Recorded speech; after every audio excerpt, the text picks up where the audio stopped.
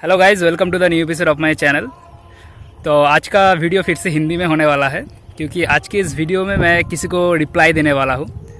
और मेरा जो प्रीवियस रिप्लाई वीडियोस है लाइक चिरंजीव चक्रवर्ती को, सीएम ममता बनर्जी को या कुणाल घोष को, उसको आप लोगों ने बहुत पसंद किया है। लेकिन आज उतना कोई बड़ा हस्ती नहीं है, एक यूट्यूबर है, तो उनका नाम है मिस चंचल गिल। हिंदी एक यूट्यूब क्रिएटर, कंटेंट क्रिएटर है। तो वो रिसेंट टाइम में एक वीडियो बना है हमारे सबका प्रिय मिठुन चक्रवर्ती के ऊपर, और वहाँ पर वो कुछ ज़्यादा ही लेवल गिरा के बात किया है। अब लेवल गिराने का मतलब ऐसा नहीं है कि आप सच्चे घटना कुछ मतलब रिसर्च ना करके झूठ बोल दे, ऐसा कुछ उन्होंने बोला है इस वीडियो में। अब मुझे पता नहीं कि उन्होंने सच में कुछ रिसर्च किया है या दो चार मतलब उनकी भाषा में अगर बोले तो इंस्टाग्राम या टिकटॉक रील्स देख के ही वीडियो बना दिया है। तो आज की इस वीडियो में मैं उस मैडम को मतलब मिस गिल को एक रिप्लाई देने वाला हूँ। तो मैडम गिल, अगर मैं आपको दीदी बोलकर ही संबोधन कर रहा हूँ क्योंकि आपकी उम्र तो नहीं पता, लेकिन आपके यूट्यूब पर आपका 27,000 सब्सक्राइबर्स है, तो ऑफकोर्स एक्सपीरियंस के और से आप मुझसे बहुत बड़े होंगे। तो दीदी, आपने कुछ झूठ बोला है आपके वो वीडियो में जहाँ पर आपने मिठुन चक्रवर्ती को लेकर वीडियो बनाया है। तो उसी झूठ को मैं थोड़ा जनता के सामने लाना चाहता हूँ। और आपके रिसर्च में जो गलतियाँ आपने किया है, मुझे पता नहीं आप रिसर्च किए भी है या नहीं, तो उस रिसर्च में कुछ गलतियाँ अगर हो तो उसको मैं सुधारना चाहता हूँ। तो इस छोटे यूट्यूबर की अगर ये छोटा सा रिप्लाई वीडियो आपकी ओर गया हो तो अगर देखेंगे तो प्लीज़ आपने इस जो गलती आपने किया है उसको सुधार लीजिए। और मेरा तो आपके तरह उतना अच्छा बैकग्राउंड नहीं है, उतना अच्छा साउंड नहीं है। मैं भाई गांव का इंसान हूँ, यही खेत में काम करता हूँ, यहाँ पर वीडियो बना दे रहा हूँ। और बंगाली भी हूँ, तो हिंदी एक्सेंट थोड़ा ख़राब हो सकता है। तो प्लीज़ दीदी, जैसे आपने मिठुन दा के ऊपर रिसर्च किया है उससे थोड़ा ज़्यादा मन लगा के ये वीडियो देखना। मुझे लगता है कि आपका ही अपकमिंग जो वीडियो आने वाला है उसमें आपका रिसर्च करने में बहुत मदद होगी। ठीक है, तो चलिए दोस्तों शुरू करते हैं। तो दीदी ने पहले बोला, उनका जो डिस्क्रिप्शन है, उनका जो टाइटल है वीडियो का, उन्होंने बोला क्या बी ग्रेड एक्टर मिठुन चक्रवर्ती को फ्लॉप स्टार कहना ठीक है। ये है उनका वीडियो का टाइटल। तो बी ग्रेड एक्टर मिठुन चक्रवर्ती। तो चलिए हम थोड़ा जान लेते कि ये जो बी ग्रेड एक्टर है मिठुन चक्रवर्ती, इनका क्या रिकॉर्ड्स है या करिश्मा है, इनका जलवा क्या है, ये हम थोड़ा जानते हैं। ये एक बी ग्रेड एक्टर है जिनके नाम पे 3 नेशनल अवार्ड्स है, जिनमें 2 बेस्ट एक्टर के लिए, एक बेस्ट सपोर्टिंग एक्टर के लिए। ये वो बी ग्रेड एक्टर है जिनको अपनी पहली फिल्म के लिए national award for best actor मिला है। The record is still unbroken now. 2024 में रुक कर कोई भी आज तक अपनी पहली फिल्म के लिए नेशनल अवार्ड किसी को नहीं मिला है। ठीक है। थर्ड, ये वो एक्टर है जिनके बारे में आपने बताया कि 180 फ्लॉप्स है। Yes, I admit he gave 180 flops. लेकिन ये वही एक्टर है जिन्होंने हिंदी और रीजनल मिलाकर 100+ हिट्स दिया है, जो कि किसी भी इंडियन एक्टर, वो जिस किसी भी आपका इंडस्ट्री से आता हो, सबसे ज़्यादा हिट्स देने वाला एक्टर है Mithun Chakraborty. Okay, there is no Bachchan, no Khans, no Rajinikanth, no Chiranjeevi, no Nandamuri Balakrishna, कोई भी नहीं है। दैट इज मिठुन चक्रवर्ती, जो हिंदी और रीजनल लैंग्वेज मिलाकर सबसे ज़्यादा हिट दिया है। That hits count 100+। ये वो एक्टर है जो 80 की दशक में सबसे ज़्यादा हिट फिल्म्स दिया है।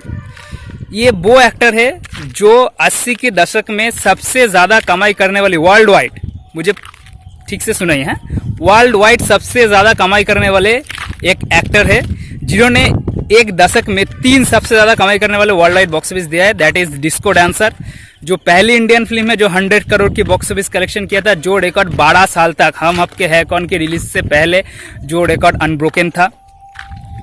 ये वो एक्टर है जो जगीर के जैसे वर्ल्ड वाइड हाईएस्ट ग्रॉसर दिया है। ये वो एक्टर है जो आपका मुद्दत के जैसे highest grocer of the year दिया है, जो कि 80s की बड़ी फिल्म कर्मा और नागिना से भी ज़्यादा बॉक्स ऑफिस कलेक्शन किया है वर्ल्ड वाइड में, ठीक है। ये वो एक्टर है मिठुन चक्रवर्ती। ये वो बी ग्रेड एक्टर है जिनके लिए फॉर्मर सोवियत यूनियन का मतलब समझते हैं ना, रिसर्च कर लेना अगर नहीं समझ में आया तो। फॉर्मर सोवियत यूनियन का एक कंट्री था जिसका नाम था उज्बेकिस्तान। तो 1984 में जब रशिया में ये फिल्म रिलीज हुई और ताबड़तोड़ बिजनेस किया, उसके बाद 1986 या 87 होगा शायद, उस समय जब मिठुन चक्रवर्ती एक बार रशिया में गए थे तो वहाँ का जो प्रेसिडेंट था उनका एक मीटिंग होने वाला था। अब प्रेसिडेंट का मीटिंग कैसा होने वाला होता है ये तो आप लोग का आइडिया हो ही गया है, ठीक है। लेकिन जब वहाँ का दर्शकों को खबर आया कि मिठुन चक्रवर्ती उज्बेकिस्तान आने वाले हैं तो सारे जो दर्शक थे जो कि प्रेसिडेंट की मीटिंग में जाने वाले थे सब चले गए कहाँ, मिठुन चक्रवर्ती देखने एयरपोर्ट में। और एक उज्बेकी न्यूज़पेपर एजेंसी का दावा है कि उस समय एयरपोर्ट में कम से कम 10 लाख लोगों की भीड़ लगी थी, जिसके लिए प्रेसिडेंट का मीटिंग को कैंसिल करना पड़ा। ये रिकॉर्ड है किसी के पास? ज़रा रिसर्च कर लीजिए ना। आप लोग तो बहुत चिल्लाते हैं कि किंग खान के बर्थडे पे किंग खान के घर के बाहर क्या 10 लाख लोग जमा होते पता नहीं मुझे। तो ये है एक मतलब आपकी भाषा में जिसे बी ग्रेड एक्टर कहा जाता है या फ्लॉप एक्टर कहा जाता है, उसका थोड़ा नमूना। अभी आपके वीडियो में आपने जो गलती किया है उसमें थोड़ा नज़र देते हैं। तो पहली तो आप एक एक्टर के ऊपर वीडियो बना रहे हैं, वहाँ पर आपने उनकी पर्सनल लाइफ को लेकर कुछ अनसन बोल दिए। ये बहुत ही गलत है, क्योंकि हम जब जैसे मैं भी मूवीज़ के ऊपर एक्टर्स के ऊपर ही कंटेंट बनाता हूँ, लेकिन कभी एक्टर की पर्सनल लाइफ में घुसने का कोई शौक मुझे नहीं है। आपने वो भी कर दिया, ठीक है, इट्स ओके, उसमें मैं जाता नहीं हूँ। आपने कहा कि मिठुन चक्रवर्ती का जो रियलिटी शो है डांस इंडिया डांस, उनमें से जो एक्टर डांसर निकल के आते हैं उनको आज इंस्टाग्राम डांसर बोला जाता है। गुड। तो मैं कहना चाहता हूँ अभी जो धर्मेश सर है one of the best dancer, फिर पुनीत जो है, ये सब मिठुन चक्रवर्ती की डांस इंडिया डांस का ही एग्जाम्पल है, ठीक है। अब ये लोग इंस्टाग्राम डांसर है क्या कुछ और है, आई डोंट नो। आप जानते, आप ज़्यादा रिसर्च करते। फिर आता है कि आपने कहा कि 1987 में मिठुन दा साल का 2 हाईएस्ट ग्रॉसर दिया है और 98 से लेकर 1992 तक ना कि उनका बेस्ट टाइम रहा। तो पहली बात बोल देते हैं आपको कि 1985 में एक मूवी आई थी प्यार झुकता नहीं, नाम तो सुना ही होगा, हो भी सकता है आप नहीं सुना होंगे। ये फिल्म उस साल की इंडिया में कलेक्शन करने के हिसाब से, नेट इंडियन कलेक्शन के हिसाब में, डोमेस्टिक कलेक्शन के हिसाब में साल की तीसरी हाईएस्ट ग्रॉसर थी। उसकी पहले साल आई 1984 में आई जागीर, वर्ल्ड वाइड उस साल की हाईएस्ट ग्रॉसर थी। कसम पैदा करने वाली की डोमेस्टिकली उस साल की 10th हाईएस्ट ग्रॉसर थी। 1986 में स्वर्ग से सुंदर उस साल की 8th हाईएस्ट ग्रॉसर थी। जाल उस साल की 5th हाईएस्ट ग्रॉसर थी डोमेस्टिकली। एंड मुद्दत उस साल की world wide highest grocer of the year. 1987 जिसकी बात आपने की, उस साल की टॉप 30 हाईएस्ट ग्रॉसर में मिठुन दा की 4 फिल्म शामिल, जिनमें था परिवार, आपका वतन के रखवाले, और कुछ डांस एंड और एक मूवी थी, मुझे ठीक से नाम अभी याद नहीं आ रहा है, एक और मूवी थी, मेरा नाम 4 मूवी शामिल थी उसमें। और डांस वर्ल्ड वाइड उस साल की 5th हाईएस्ट ग्रॉसर थी। 1988 में आई फिल्म प्यार का मंदिर, डोमेस्टिकली उस साल का 5th हाईएस्ट ग्रॉसर थी। 1989 में आई फिल्म दाता, उस साल की 5th हाईएस्ट ग्रॉसर थी डोमेस्टिकली। प्रेम प्रतिज्ञा उस साल की 11th हाईएस्ट ग्रॉसर थी। इलाका उस साल की 17th हाईएस्ट ग्रॉसर थी। और मुजरिम was the most profitable movie of the year 1989। सो थोड़ा मैडम प्लीज रिक्वेस्ट करता हूँ, थोड़ा तो रिसर्च कर लीजिए, ठीक है। अभी दूसरा जो आपने झूठ बोला कि 2000 से लेकर 2003 तक आपकी मूवी मिठुन दा बंगाली फिल्म में एक्टिव थे, क्योंकि उनकी जो आपकी ऊटी फैक्ट्रीज की जो फिल्म थी वो चल नहीं रही थी। मैम आपको बता दें कि मिठुन दा की जो ऊटी फैक्ट्री की जो फिल्म थी, आपने तो पहले बोली कि ऊटी फैक्ट्रीज की उनकी कोई भी फिल्म अच्छी नहीं थी, तो आपको बता दें कि 1993, आपने ये भी कहा कि 1993 से 1998 तक उनकी 33 फिल्म फ्लॉप हुई। तो ये भी पूरा झूठ है, क्योंकि मैं बता देता हूँ। देखिए, डाउनफॉल तो सबकी करियर में आती है, अमिताभ बच्चन की करियर में भी आया है। पूरी 90s में अमिताभ बच्चन के सिर्फ एक सोलो हिट फिल्म था, ठीक है, सिर्फ एक सोलो हिट फिल्म था, वो है आज का अर्जुन, ठीक है। तो ऑफकोर्स मिठुन चक्रवर्ती की करियर में भी एक पार्ट ऐसा आया कि उनकी फिल्म चल नहीं रही थी। लेकिन आपने जो कहा कि 1993 की फिल्म दलाल, जिसकी प्रोडक्शन वैल्यू बहुत कम थी, तो 1993 से मिठुन दा ऊटी में शिफ्ट हो गए थे और ज़्यादातर फिल्मों की शूटिंग वहाँ पर ही कर रहे थे। कुछ जो फिल्म पहले साइन किया हुआ था उस फिल्म की शूटिंग वो मुंबई में कर रहे थे। तो ऐसे एक फिल्म आई थी दलाल। तो ये फिल्म एक बहुत बड़ी हिट रही उस साल की, और उस साल की 8th डोमेस्टिकली, उस साल की 8th highest grocer of the year थी, ठीक है, ये फिल्म। और इस फिल्म म्यूजिकली भी ये फिल्म बहुत हिट हुई थी। उसी साल आई दूसरी फिल्म फूल और अंगार, जो कि ऑल्सो एक बहुत बड़ी सक्सेसफुल फिल्म रही थी। म्यूजिकली भी बहुत बड़ी हिट थी, और ये आपका बॉक्स ऑफिस में भी मॉडरेट सक्सेस रही थी। आदमी, जो कि अगेन एक म्यूजिकली बहुत बड़ी हिट रही और बॉक्स ऑफिस में हिट रही फिल्म। फिर 1994 में उनकी ऊटी फैक्ट्री से आई फिल्म चीता हिट रही। 1995 में उनकी ऊटी फैक्ट्री से आई फिल्म रावण राज हिट रही। जल्लाद सेमी हिट रही, जिनके लिए उनको national award for best villain मिला, जिसको आपने मेंशन ही नहीं किया।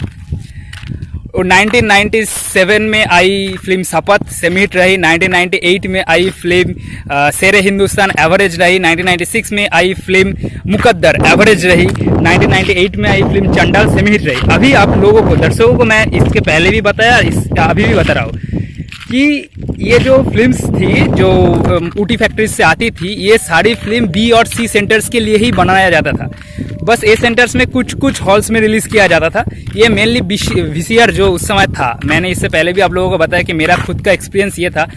2006-7 साल के समय की बात कर रहा हूँ। उस समय मैं जब अपने गाँव जाता था हावड़ा में, तो वहाँ पर जो VCR हॉल था, जो कि हफ्ता में 6 दिन खुला रहता था, उसमें 4 से 5 मूवी मिठुन दा का ही रहता था। बाकी कोई अमिताभ बच्चन, खान, किसी का मूवी नहीं रहता था।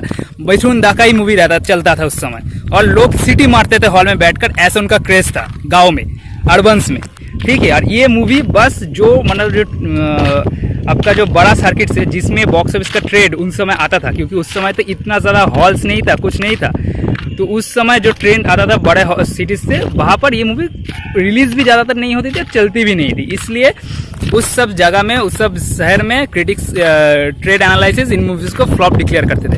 लेकिन अगर आप बॉक्स ऑफिस देखें, बहुत सारी मूवीज जैसे लाइक मुकद्दर की बात की, मुकद्दर अपनी कलेक्शन की डबल रिकवर किया था। मतलब इसका बजट था कुछ 2.5 करोड़ की करीब, और ये फिल्म इंडिया में बस 4 करोड़ 80 लाख का कलेक्शन किया। फिर भी इस मूवी को एवरेज डिक्लेयर कर दिया गया। लेकिन उसी बजट में निकली बहुत सारी फिल्म जो कि मुंबई से आता था, वो अगर 1 करोड़ की भी प्रॉफिट कमा लेता तो उसको हिट डिक्लेयर कर दिया जाता था। तो ये था। बहुत सारी ऐसी मूवीज है जिसको आप 180 फ्लॉज बता रहे हैं ना, ऐसे बहुत सारी मूवीज है जिसकी अगर कलेक्शन देखें, उनमें से आधातर 90+ मूवीज अगर ठीक से एनालिसिस किया जाए तो वो उसको हिट डिक्लेयर करना पड़ेगा, लेकिन किया गया नहीं है, तो इसमें तो प्रॉब्लम है ही। फिर आपने जो बताया कि वो 2000 से लेकर 2003 तक बंगाली इंडस्ट्री में एक्टिव थे, तो मैडम कुछ तो शर्म करो यार।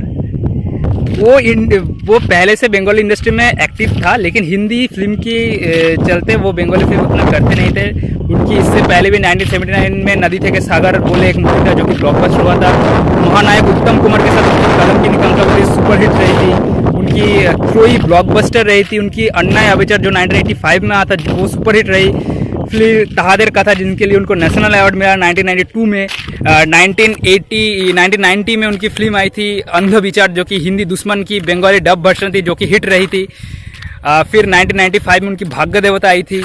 2000 में उनकी फिल्म तितली आई। 2002 में चाका आई। फिर 2003 से वो अपनी ऊटी फैक्ट्री से पूरा शिफ्ट हो गया बंगाली में, ठीक है।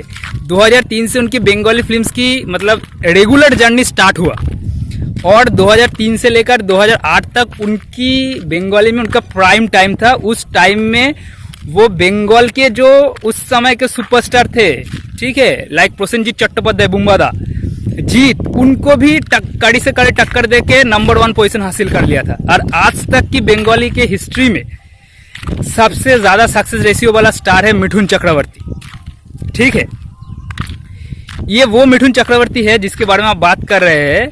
इनका सबसे ज़्यादा फिल्म इंटरनेशनल फिल्म फेस्टिवल में स्क्रीनिंग हुआ है, जो रिकॉर्ड किसी और का नहीं है। अमिताभ बच्चन का नहीं है, खान्स का नहीं है, अनिल कपूर का नहीं है, सनी देओल का नहीं है, मिठुन चक्रवर्ती का है, जिनका सबसे ज़्यादा फिल्म इंटरनेशनल फिल्म फेस्टिवल में स्क्रीनिंग हुआ है। ये वो मिठुन चक्रवर्ती है।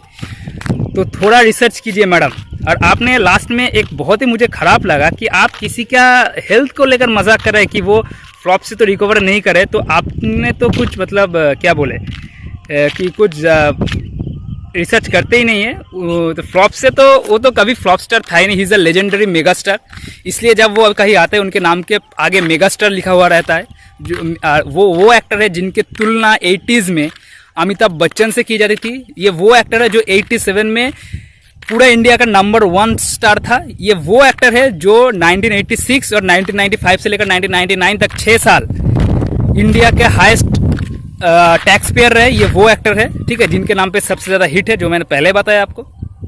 और आपने जो कहा कि वो फ्लॉप से तो रिकवर करे, तो आपको एक अपडेट दे। आप लोग बहुत शायद इसको लेकर सेलिब्रेट करते कि Shahrukh Khan gave back to back 3 all time blockbuster या ब्लॉकबस्टर या super hits with Jawan, Pathaan and डांकी। तो आपको एक बात बता दे, 2019 में एक लो बजट की मूवी आई थी द तस्कंत फाइल्स, जिसको बॉक्स ऑफिस में वो 50 दिन से भी ज़्यादा चली और हिट साबित हुई, जिसमें मिठुन चक्रवर्ती के एक्टिंग को देखकर the great actor Nasiruddin Shah ने कहा कि शायद इंडिया में मिठुन चक्रवर्ती एक ऐसे एक्टर है जो इस रोल के साथ जस्टिस कर सकते हैं। इससे पहले भी जब मिठुन दा ने स्वामी विवेकानंद में काम किया था, तो ग्रेटेस्ट डायरेक्टर ऋषिकेश मुखर्जी ने कहा कि रामकृष्ण परमहंस देव जिसका रोल मिठुन दा प्ले कर रहा है, उनको रोल को देखकर मुझे लग रहा है ये मिठुन चक्रवर्ती नहीं है, ये रामकृष्ण परमहंस देव हमारे सामने बैठे हैं। जो मैं कह रहा था कि तस्कंत फाइल्स एक हिट रही, उसके बाद उनकी film I the Kashmir files, जो कि फिर से एक लो बजट की फिल्म थी, 20 करोड़ की फिल्म। और लो बजट की फिल्म मतलब भी आप लोगों की नज़र में बिग ग्रेट फिल्म होता है। वो फिल्म इस साल की हिंदी बॉक्स ऑफिस के हिसाब से 6th हाईएस्ट ग्रॉसर रही, और वर्ल्ड वाइड बॉक्स ऑफिस के हिसाब से टॉप 10 हाईएस्ट ग्रॉसर में ये फिल्म शामिल रही। ये फिल्म एक ऑल टाइम ब्लॉकबस्टर हुआ है। फिर उन्होंने अपना बंगाल में अपना सेकंड कमबैक किया, उन्होंने बंगाल में फिर से रिटर्न किया और एक मूवी बनाई प्रजापति, जो कि अभी तक बंगाली फिल्म की हिस्ट्री में 3rd highest grocer of the year था। 2022 के हिसाब से उस साल भी बंगाली का हाईएस्ट ग्रॉसर रहा। अगले साल 2023 में उन्होंने शास्त्री बोलकर काबुलीवाला बोलकर एक बंगाली मूवी बनाई, जो कि अगेन बॉक्स ऑफिस में तो सुपरहिट रही, प्लस उनके लिए उनको film fair award east best supporting actor मिला। प्लस ये फिल्म अभी तक still now 5 international film festival में इसका स्क्रीनिंग हो गया है, जिसमें वाशिंगटन डीसी भी है, जिसमें शंघाई जैसे प्रेस्टिजियस फिल्म फेस्टिवल शामिल है। ठीक है, ये है मिठुन चक्रवर्ती के रिकॉर्ड। ये वो मिठुन चक्रवर्ती है जिन्होंने 2 लैंग्वेज में इंडस्ट्री हिट दिया है, एक हिंदी में जिसका नाम है डिस्को डांसर, और दूसरा है बंगाली में जिसका नाम है MLA फटाकेस्टो। तो मैडम मैं यही कहना चाहता हूँ आपको, dear ma'am, it's my heartiest request to you, तो प्लीज़ झूठ बोलकर खुद का मतलब कुछ सब्सक्राइबर गेन कर लूँगा, ऐसा मत कीजिए। अगर किसी भी स्टार, वो मैं मिठुन चक्रवर्ती का फ़ैन हूँ इसलिए बोल रहा हूँ, ऐसा नहीं, किसी भी स्टार के ऊपर अगर वो वीडियो बनाएंगे, ठीक है, तो थोड़ा पहले रिसर्च कीजिए। हाँ, जो सच है, जैसे 180 फ्लॉप से, ये मैंने भी माना कि 180 फ्लॉप से, लेकिन उसका पीछे भी एक रीज़न है जिसको अभी आप लोगों ने मेंशन नहीं किया। लेकिन आपने जो झूठ कहा कि उनका प्राइम टाइम ये था, फिर वो फ्लॉप एक्टर हो गया, वो बिग ग्रेड एक्टर हो गया। अगर मिठुन चक्रवर्ती आज बिग ग्रेड एक्टर है ना, तो आपको कहना पड़ेगा कि अमिताभ बच्चन भी एक बिग ग्रेड एक्टर है, शाहरुख खान भी एक बिग ग्रेड एक्टर है। क्योंकि आज आप लोगों जो मतलब SRK को लेकर एक ह्यूज कि वो ग्लोबल सुपरस्टार है, ये है। आज से 30 साल पहले, 80 के दशक में, जब इतना सोशल मीडिया नहीं था, इतना पपड़ज्जी नहीं था, इतना मीडिया नहीं था जो सिर्फ मूवीज़ के ऊपर फोकस करते हैं, ठीक है, तब मिठुन चक्रवर्ती इंडिया का पहला ग्लोबल सुपरस्टार बने थे, जिसको लेकर रशिया में आज भी, जिनको रशिया में भगवान के और पूजा करा जाता है, जिसके नाम पे वेस्ट अफ्रीकन कंट्री गुएना बिशू, ठीक है, वहाँ पर स्टैम्प जारी है, जिसके नाम पे जापान में बस चलती है, जिसके फिल्म के गाने को चाइना में उनकी हर स्कूल में गाया जाता है। ये वो मिठुन चक्रवर्ती है।